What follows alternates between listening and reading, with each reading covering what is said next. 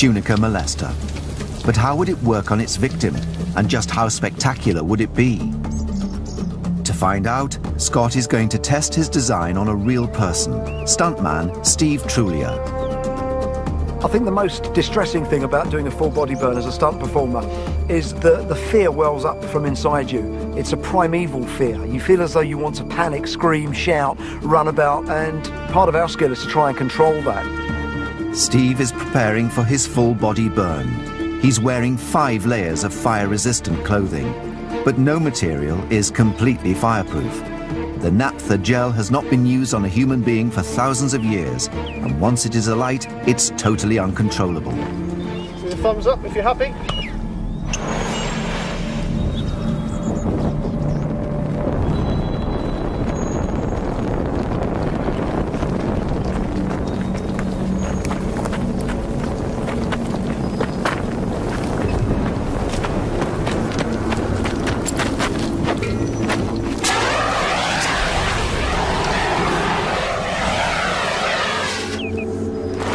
Steve, you're out. Okay, Steve.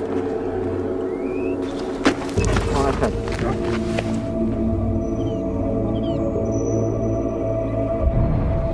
Thank you very much, Steve. Whoa. How's that feel? Yeah, amazing. You can feel the panic welling up inside, the flames in front of my face. I can't imagine what that must be like for somebody that's really been burned. It doesn't bear thinking about someone being in just a tunic. I think wanting to get the flames out of your face is the most important thing there. That's the primeval urge. I think anyone being burnt with a tunica molester will have been running, I would think, almost anything to get your face out of those flames. On that burn, the flames went so high, so quickly, that it surprised me. It's a sudden, full-size fireball. There's no build-up, it's just wallop, taking everybody by surprise. The test proves that it is possible to create a large fireball that will last for up to a minute. An agonizing spectacle. That felt different from most of the stunt burns that I do, because I've been really aware since this job came in that this was really done to people, and I was aware of that throughout the whole tunica molester process.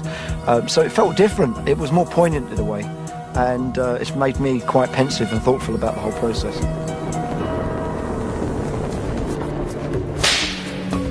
Whipping was a common form of punishment in the ancient world.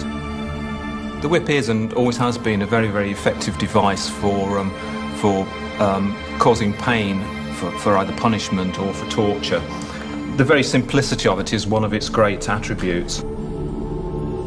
It was never more popular than in the Roman Empire. The Romans seem to favour whipping. You know, famously we think about Jesus Christ being flogged on his way to the cross. Flogging was a very, very usual form of punishment.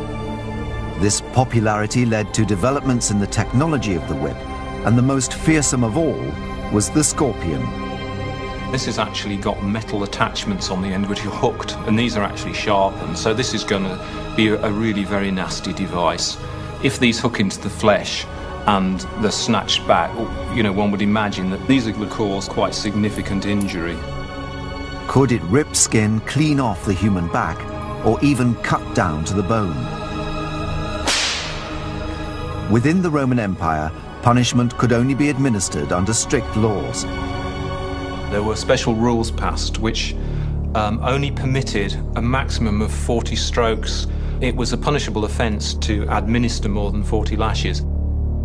Exceeding 40 strokes risked accidental death. What was often done, they would only actually inflict 39, so any errors of counting and then still be on the safe side. To discover what 39 scorpion lashes could do to flesh, Richard Windley will be joined by trauma surgeon Mike Edwards. They will test the effect of the whip on a pig carcass. Pig flesh is a close representation of human flesh because the skin and tissues are similar in both species.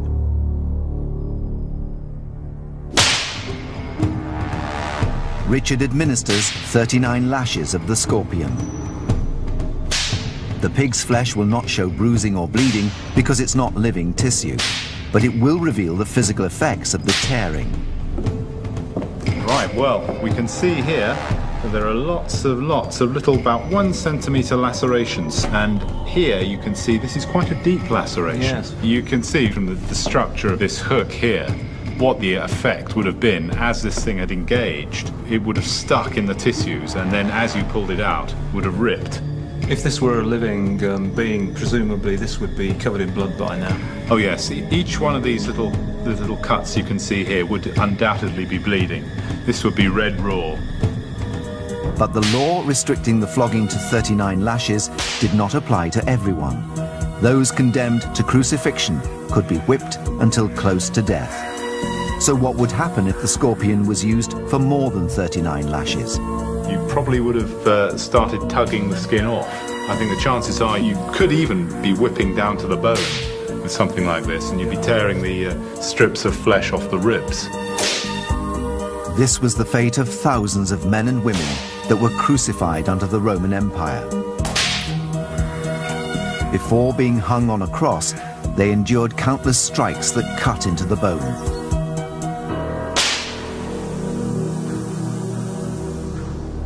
Another form of cruel punishment was used centuries later in medieval Europe, when the penalty, it was believed, should fit the crime.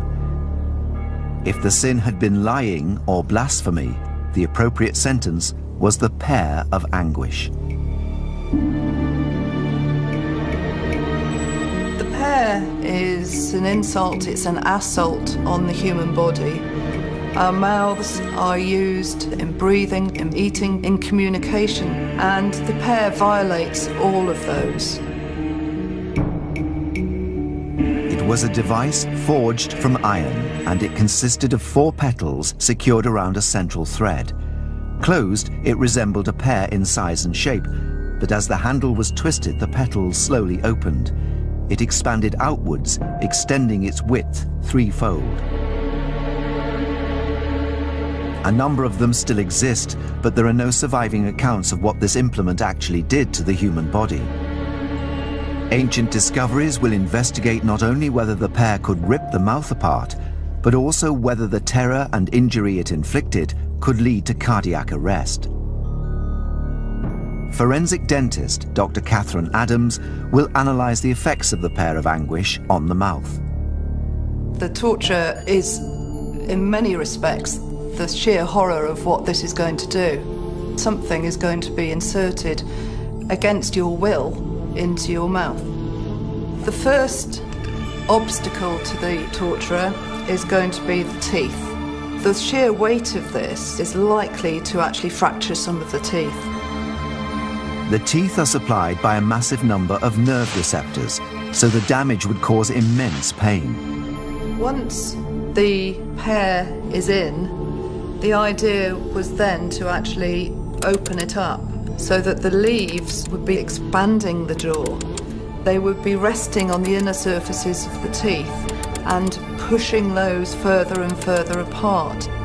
Eventually, the teeth would be forced from their sockets. If you've ever had a tooth extracted in the dentist, you know that the nerves will have been anaesthetized, but imagine having that without an anesthetic.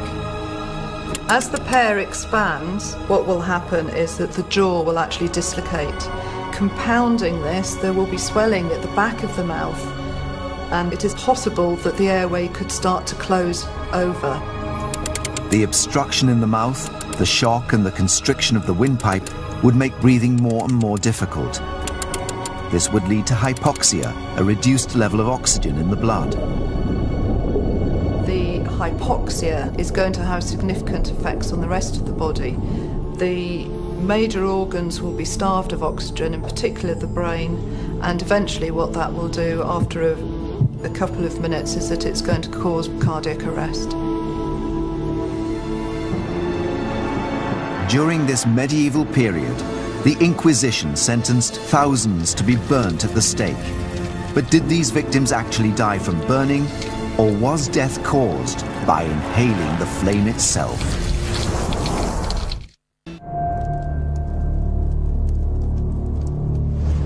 Medieval Europe was subjected to the Inquisition's reign of terror. The Inquisition was established by the Roman Catholic Church to crush opposition from heretics. Those found guilty of religious beliefs that opposed Catholicism were believed to have sinned against God and the Church. Thousands of people were sentenced to death. Burning them was considered a mercy.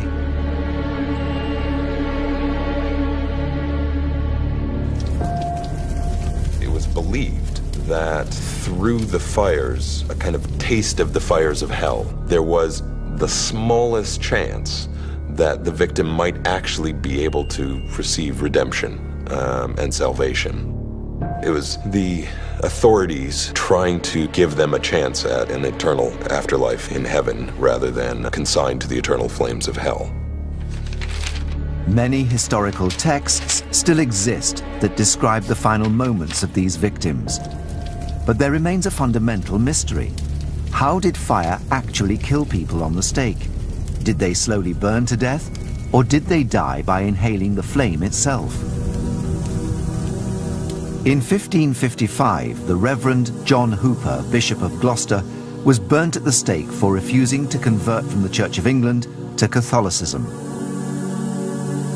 It was said that he slowly burnt to death while remaining conscious, and prayed even as his face blackened from the flames.